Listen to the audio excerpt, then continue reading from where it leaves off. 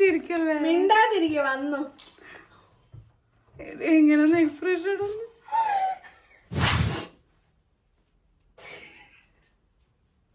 അയ്യേ ചെറിയ പിള്ളേരെ പോലെ കരയണം. ഞാൻ കോളേജിലാണ് ചേരുന്നത്, കോളേജിലേക്കാണ് പഠിക്കാൻ പോകണമെന്നുള്ള ഒരു പ്രതീക്ഷയോടെയാണ് നമ്മൾ അവിടെ പോയി ചേർന്നത്. പക്ഷെ സംഭവിച്ചെന്താണെന്ന് വെച്ചാൽ അവർ നഴ്സറി കുട്ടികളെക്കാളും അപ്പുറമായിട്ടാണ് ട്രീറ്റ് ചെയ്യുന്നത്. അപ്പം നമ്മളെ കൊണ്ട് അത് പറ്റൂല. പിന്നെ ബാക്കി എല്ലാത്തിലും നമ്മൾ പ്രതീക്ഷയിലേക്കാട്ട് പറഞ്ഞാ ഇവിടെ രാത്രി 1 o'clock 2 o'clock വരെ എഡിറ്റിംഗ് ഒക്കെ ഉണ്ടാവും. ഞങ്ങൾ ആ നേരത്ത് നല്ല ചാറ്റിന്റെ പ്രോഗ്രാംസ് ആയിട്ട് നല്ല അലഞ്ഞിട്ടുണ്ട്. ആനന്ദ കണ്ണീരാണ്. പാസ്സായതിനോ? യെസ്. ഹായ്, അസ്സലാമു അലൈക്കും വറഹ്മത്തുള്ളാഹി വബറകാതുഹു. Welcome back to our channel. ഭയങ്കര ടെൻസ്ഡ് ആണ്, എക്സൈറ്റഡ് ആണ്. എക്സാം നേരത്തൊന്നും കണ്ടില്ല. പറഞ്ഞ ബാക്ക് വോയിസ് ഉണ്ട്, അപ്പൊ തന്നെ നിങ്ങൾക്ക് മനസ്സിലായിട്ടുണ്ടാവും എന്ത് വീഡിയോ ആണെന്നുള്ളത്. ഈ വീഡിയോ ഞാൻ പോസ്റ്റ് ചെയ്യും എന്നുള്ളതിന് യാതൊരു ഉറപ്പില്ല ഗൈസ്. ഞാൻ പൊട്ടിക്കഴിഞ്ഞാൽ പോസ്റ്റ് ചെയ്യൂല എന്ന് ഉറപ്പിച്ചിട്ട് എടുക്കുന്ന വീഡിയോ ആണ് ഇത്. നിങ്ങൾക്ക് കാണാൻ ഭാഗ്യം ഉണ്ടെങ്കിൽ അതിന്റെ അർത്ഥം ഞാൻ പാസ്സായിട്ടുണ്ടാവുന്നായിരിക്കും അല്ലേ, ഒന്നും പറയാൻ പറ്റില്ല. സർപ്രൈസ് പൊട്ടിച്ച്. ഇത്ര നേരമായിട്ട് ഞാൻ എൻ്റെ റിസൾട്ട് നോക്കിയിട്ടില്ല. ഇപ്പോഴാണ് എൻ്റെ ക്ലാസ്സിൽ നിന്ന് എനിക്കൊരു മെസ്സേജ് വന്നത്, റിസൾട്ട് വന്നു കേട്ടോ എന്ന് പറഞ്ഞിട്ട്. അപ്പം ഞാൻ ഫസ്റ്റ് ചോദിക്കണത് ഞാൻ പാസ്സായോ എന്ന്. മീൻസ് എൻ്റെ നമ്പർ ഉണ്ടെങ്കിലും അവർക്ക് നോക്കാൻ പറ്റുള്ളൂ. അപ്പം എൻ്റെ നമ്പർ എനിക്കും അറിയില്ല. ഞാൻ ബാഗ് ഇപ്പോൾ 10 ദിവസത്തോളമായി ഞാൻ സൗണ്ട് ഉണ്ടാക്കണ്ട ക്ലാസ്സിൽ പോവാതെ പോണോ വേണ്ടേ എന്ന് ഒരു തീരുമാനം പോലും എടുക്കാൻ പറ്റാത്ത ഒരു സിറ്റുവേഷനിൽ ഭയങ്കര ബേജാറായിട്ടൊക്കെ നിൽക്കുകയാണ്. ഈ റിസൾട്ട് വന്നാൽ ബാക്കി തീരുമാനം എടുക്കാതെ. നിങ്ങൾ കുറേ പേര് പറഞ്ഞിട്ടുണ്ട് ഒന്നും ഫാമിലി അല്ലെങ്കിൽ പഠനം ഇതുപോലെ നടക്കുള്ളൂ, എല്ലാം കൂടെ അത്രയും ഞാൻ വിചാരിച്ച പോലെ കൊണ്ടുപോകാൻ പറ്റൂല എന്നുള്ളത്.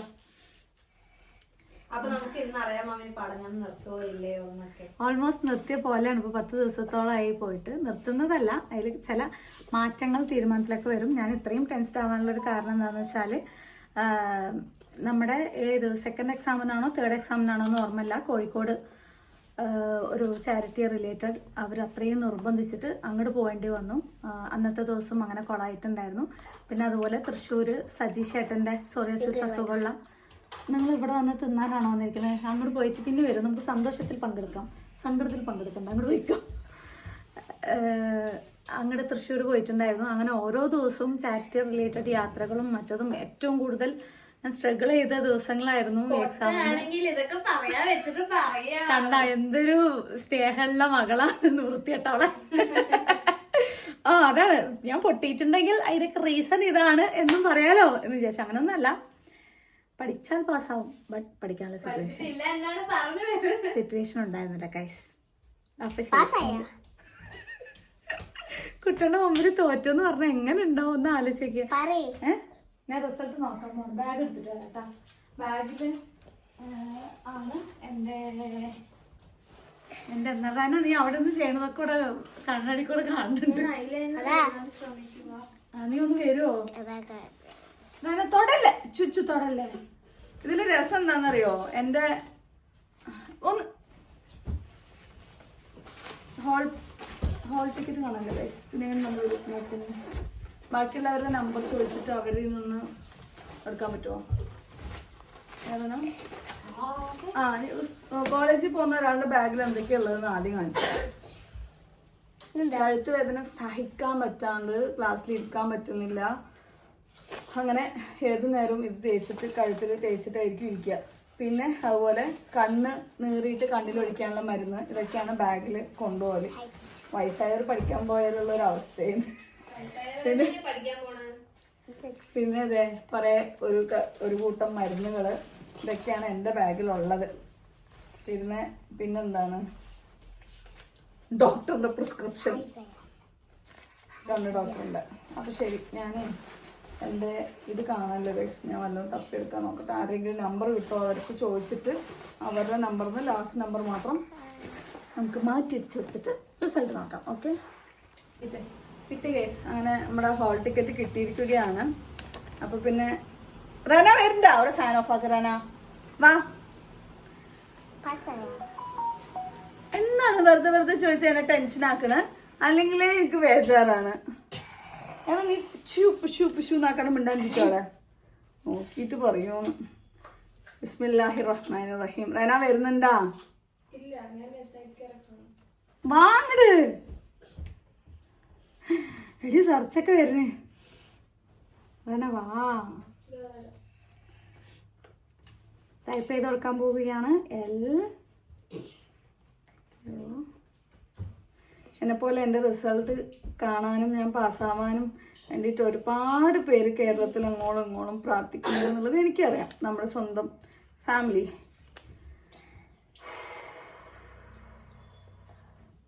റന കം വാ. നീ വരാണ്ട് ഞാൻ നോക്കൂല. വാ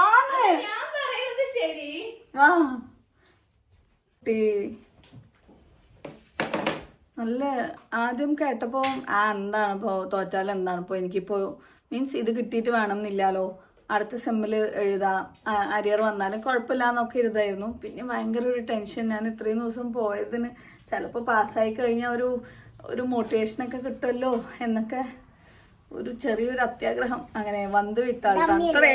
അത് അമ്മ തന്നെ ടണ്ടടേ. അങ്ങനെ റന വന്നിരിക്കുകയാണ് ഗൈസ്. നമ്മളുടെ റന ഈ ഫസ്റ്റ് നോക്കുന്നത് സെർച്ച് കൊടുക്ക് പഠിച്ചനെ തവക്കലത്തല്ല. അടുത്ത നെക്സ്റ്റ് അല്ലേ അടുത്ത നീ കൊടുത്തോ? ഇല്ല ഞാൻ കൊടുത്തിട്ടില്ല.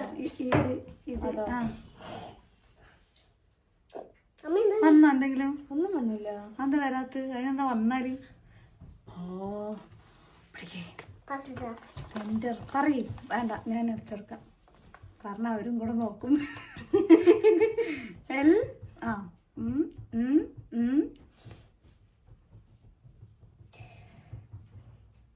BA0 തന്നെ ആയിരിക്കും അല്ലേ? തലയിറങ്ങിയാൽ പിടിക്കാൻ നമ്മുടെ ആൾക്കാര് എനിക്ക് ട്യൂഷൻ പറയരുത്. ഐ എം നോട്ട് റോബോട്ട് കൊടുക്കാം. കൊടുത്ത് നിക്ക്. അന്നാ ചിരിക്കല്ലേ? മിണ്ടാതിരിക്കുക. വന്നു എങ്ങനെയൊന്നും എക്സ്പ്രഷൻ അമ്മക്ക് ഏറ്റവും ഈസി ആയ സബ്ജക്ട് ഏതായിരുന്നു? ഇംഗ്ലീഷ്. പക്ഷെ സബ്ജക്ട് ഏതായിരുന്നു? അത് മാനേജറൽ എക്കണോമിക്സ്. അത് ഇവിടെ കാണുന്നുണ്ട്. ശരിക്കും പോയി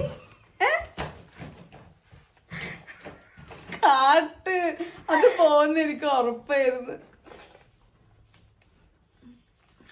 എത്രയിലാണ് മാർക്ക്? ഇങ്ങനെയൊന്നും പറയല്ലേ. 100-ലാണോ? എല്ലാരും 50 മേലെ ആണ് വേണ്ടത്. ഇങ്ങനെ സർപ്രൈസ് വരല്ലേ? വലിയ കുഴപ്പമില്ല. പക്ഷെ മാനേജറിയൽ എക്കണോമിക്സ് ചതിച്ചു ഗൈസ്. സപ്ലൈ എഴുതാം, കുഴപ്പമില്ല. നോക്കട്ടെ, എനിക്ക് നെഞ്ച് കാണിക്കണം. സത്യം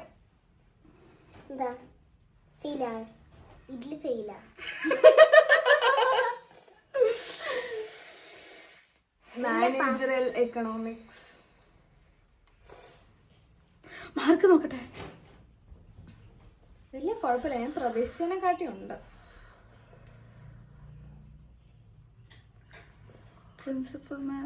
പ്രിൻസിപ്പൽസ് ഓഫ് മാനേജ്മെന്റ് ഓക്കെ ആണ്. എന്നാലും മാനേജർ ഞാൻ തോറ്റു ഗൈസ്. യെസ്, ഞാനത് പോസ്റ്റ് ചെയ്യും. തോൽക്കുന്നവർക്കൊക്കെ വരെ അമ്മ പാസ്സായി. റിസൾട്ട് ഞാൻ പറയാം. കുഴപ്പമില്ല, എനിക്ക് കഴിവൊക്കെ ഉണ്ട്. ഞാൻ വിചാരിച്ച അത് ആ എക്സാം കഴിഞ്ഞ ഉടനെ തന്നെ ഞാൻ പറഞ്ഞിട്ടുണ്ടായിരുന്നു. ഞാൻ ഉള്ളിൽ കരഞ്ഞുകൊണ്ടിരിക്കുകയാണ് ഗൈസ്. എന്നാലും എനിക്ക് സന്തോഷമുണ്ട്. കാരണം ഞാൻ എന്താ പറയുക, ശരിക്കും ഇതിലേക്ക് ജോയിൻ ചെയ്യുന്നതിന് മുമ്പ് ഞാൻ തീരുമാനിച്ചതായിരുന്നു 2 സെമ്മ് ഞാൻ ഫുള്ളായിട്ട് പൊട്ടും. എനിക്ക് ഈ ഒരു കോഴ്സുമായിട്ടുള്ള ഒരു ടച്ച് കിട്ടാൻ എന്തായാലും 2 സെമ്മ് വേണ്ടി വരും. കാരണം കുറേ ഗ്യാപ്പ് എടുത്തതിന് ശേഷമാണ് ഞാൻ കോളേജിലേക്ക് പോകുന്നത്. എന്താണ് ബിസിനസ് എന്നോ ബിസിനസ് എൻവിറോൺമെൻറ്റ്, ബിസിനസ് എക്കണോമിക്സ് എന്തൊക്കെ കൂടെ മിക്സ് ചെയ്ത് പറയുന്നത്, അങ്ങനെ ഒന്നുമേ അറിയാത്തൊരു ഭാഗത്ത് നിന്നും നേരെ നമ്മൾ ക്ലാസ്സിലേക്ക് പോയി ഇരിക്കുകയാണ്. അപ്പോൾ എന്നെക്കൊണ്ട് ഇതൊന്നും കഴിയില്ല സ്റ്റാർട്ടിങ്ങിൽ. പക്ഷേ ഞാൻ ഗ്രോ ആയി വരും ഇങ്ങനെയൊക്കെ പ്രതീക്ഷിച്ച് വിചാരിച്ച് പോവുകയായിരുന്നു. പക്ഷെ എവിടെ നിന്നോ എനിക്കൊരു അത്യാഗ്രഹം വന്നു, ഇല്ല എനിക്ക് ഫസ്റ്റ് സെമ്മിൽ തന്നെ എല്ലാ സ്റ്റുഡൻസിനെയും പോലെ പാസ്സാവണം, അതിന് വേണ്ടിയിട്ട് ഞാൻ ട്രൈ ചെയ്യും എന്ന് പറഞ്ഞിട്ട്. പക്ഷെ ഞാൻ ശരിക്കും ട്രൈ ചെയ്തോ എന്ന് ചോദിച്ചു കഴിഞ്ഞാൽ വല്ലാഹി ഇല്ല. ഞാൻ ക്ലാസ്സിലേക്കൊക്കെ ഒരുപാട് ബുദ്ധിമുട്ടി പ്രയാസപ്പെട്ടൊക്കെ ഞാൻ പോയിട്ടുണ്ട്, അത്രയും കഷ്ടപ്പെട്ടിട്ടൊക്കെ പോയിട്ടുണ്ട്. എനിക്ക് സങ്കടമായിരുന്നു. പോയി എന്തുവാടേ ഇത് സപ്ലൈ എഴുതാലോ? ആനന്ദ കണ്ണീരാണ്. പാസ്സായതിനോ? യെസ്, ഫോക്കസ് ചെയ്യ കേസ്. അങ്ങനെ ഞാൻ കരഞ്ഞിരിക്കുകയാണ്. കരയൂല, ചിരിച്ചോണ്ടെടുക്കണം എന്ന് വിചാരിച്ചത്. അയ്യേ, ചെറിയ പിള്ളേരെ പോലെ കരയണം. സപ്ലൈ എഴുതാലോ? തോറ്റതിനല്ലാന്ന്, ബാക്കി ഞാൻ പാസ്സായതിന് എനിക്ക് സന്തോഷം. ബാക്കി എല്ലാത്തിലും നമ്മൾ പ്രതീക്ഷയിലേക്കാട്ട് പറഞ്ഞാൽ ഇവിടെ രാത്രി 1 o'clock 2 o'clock വരെ എഡിറ്റിംഗ് ഒക്കെ ഉണ്ടാവും. ഞങ്ങൾ ആ നേരത്ത് നല്ല ചാറ്റിന്റെ പ്രോഗ്രാംസ് ആയിട്ട് നല്ല അലിഞ്ഞിട്ടുണ്ട്. നാട്ടിലേ ഉണ്ടാവില്ല, ചിലപ്പോൾ എക്സാമിന്റെ തലൂസൊക്കെ പഠിച്ചിട്ടേ ഉണ്ടാവില്ല. എന്നിട്ട് 1-2 മണിക്ക് വീട്ടിലേക്ക് എത്തിയിട്ട് 3, 4, 5 മണി വരെ അല്ലെങ്കിൽ 6 മണിക്ക് രാവിലെ എണീച്ച് പഠിക്കുന്നൊക്കെ ആയിട്ട് ഇത്രയും മാർക്ക് അബവ് 50% എല്ലാത്തിനും ഇസ് വളരെ ഗുഡ്. എന്തിനാടി എനിക്ക് ക്ലാസ്സിൽ പോകുന്ന കാര്യങ്ങൾ പറഞ്ഞാൽ ഞാൻ എപ്പോഴും ഇമോഷണലാവും. അത്രയും ബുദ്ധിമുട്ടിയിട്ടാണ് പോയിട്ടുണ്ടായിരുന്നത് കേട്ടോ. അപ്പോൾ ഫസ്റ്റ് സെമ്മിൽ ഒന്നും കിട്ടൂല എന്ന് പ്രതീക്ഷിച്ചിരുന്ന ആ ഒരു ഭാഗത്തിൽ നിന്നും ഞാനിപ്പോൾ എത്ര സബ്ജക്റ്റിലാണ് പാസ്സായിരിക്കുന്നത്? 5 സബ്ജക്റ്റിൽ പാസ്സായി. 5 സബ്ജക്റ്റിലും പാസ്സാണ്, അൽഹംദുലില്ലാ. ഈ മാനേജറൽ എക്കണോമിക്സ് ഞാൻ അപ്പം തന്നെ ഉറപ്പിച്ചതായിരുന്നു. കാരണം ഒരു വസ്തു എനിക്ക് നോക്കാനോ പഠിക്കാനോ ഒന്നും പറ്റിയിട്ടില്ല. നമ്മൾ ഈ തൃശ്ശൂർ പോയിട്ട് നമ്മൾ തിരിച്ചെത്തിയത് എത്ര മണിക്കായിരുന്നു? 2 മണിയോ 3 മണിയോ അങ്ങനെ എന്തോ എത്തി. എന്നിട്ട് വന്ന് കുറച്ച് ഇവിടുത്തെ പണികൾ എഡിറ്റിങ് കാര്യങ്ങളും കഴിഞ്ഞ് 5 മണിക്ക് എണീറ്റു. ഒരു 1 മണിക്കൂർ പിന്നെ ബസ്സിൽ പോണ ആ ഒരു സമയം കൂടിയുള്ള ആ ഒരു ക്ലാസ് ആയിരുന്നു വായിക്കൽ. പക്ഷെ മാനേജറൽ എക്കണോമിക്സ് ജസ്റ്റ് വായിച്ചിട്ട് പോയിട്ട് കാര്യമില്ല, അതാണ് അതിന്റെ വാസ്തവം. അത് അത്യാവശ്യം പ്രോബ്ലം പേപ്പർ പോലെ ആണ്. 6 പേപ്പറിലും 5 paper passed with 50 or above % എന്നുള്ള യൂണിവേഴ്സിറ്റി എക്സാമിന് നല്ല സ്കോർസ് തന്നെയാണ്. അതും അമ്മീന്റെ സിറ്റുവേഷൻസ് ശരിക്കും അതാണ് എനിക്ക് എനിക്ക് അതറിഞ്ഞപ്പോഴൊരു സന്തോഷം. അപ്പോൾ ഇൻഷാല്ലാ അത്യാവശ്യം നമ്മൾ എഫേർട്ട് ഇട്ട് കഴിഞ്ഞാൽ കുഴപ്പമില്ലാത്ത രീതി, അതായത് യൂണിവേഴ്സിറ്റി എക്സാമിന് ഈ റാങ്ക് എന്നൊക്കെ പറഞ്ഞു കഴിഞ്ഞാൽ 65 above 70 ഒക്കെ വാങ്ങിക്കഴിഞ്ഞാൽ റാങ്കിൻ്റെ ആ ഒരു ഇതാണ്. അപ്പോൾ പിന്നെ എനിക്ക് 50 അല്ല റേന ടോട്ടൽ എത്ര ഉണ്ടാവും? എബോ ഉണ്ട്. ഇംഗ്ലീഷിൽ കുഴപ്പമില്ല, പക്ഷെ ഇംഗ്ലീഷിൽ ഗ്രാമറിൽ ഞാൻ അത്യാവശ്യം നല്ലോണം ഉഴപ്പിന്നാണ് എനിക്ക് മനസ്സിലായത്. ഇന്റേണലിൽ അത്യാവശ്യം കുഴപ്പമില്ലാത്ത മാർക്ക് ഉണ്ടായിരുന്നു കേട്ടോ. അങ്ങനെ നോക്കുകയാണെങ്കിൽ എനിക്കിപ്പോഴും ഞാൻ ഫെയിൽ ആയതിലല്ല കേട്ടോ എനിക്ക് സങ്കടം. കാരണം അത് ഞാൻ പ്രതീക്ഷിച്ചതാണ്. മാനേജറൽ എക്കണോമിക്സ് എനിക്ക് എന്തായാലും സപ്ലൈ ഉണ്ടാവും എന്നുള്ളത് ഞാൻ ഉറപ്പിച്ചൊരു കാര്യമായിരുന്നു.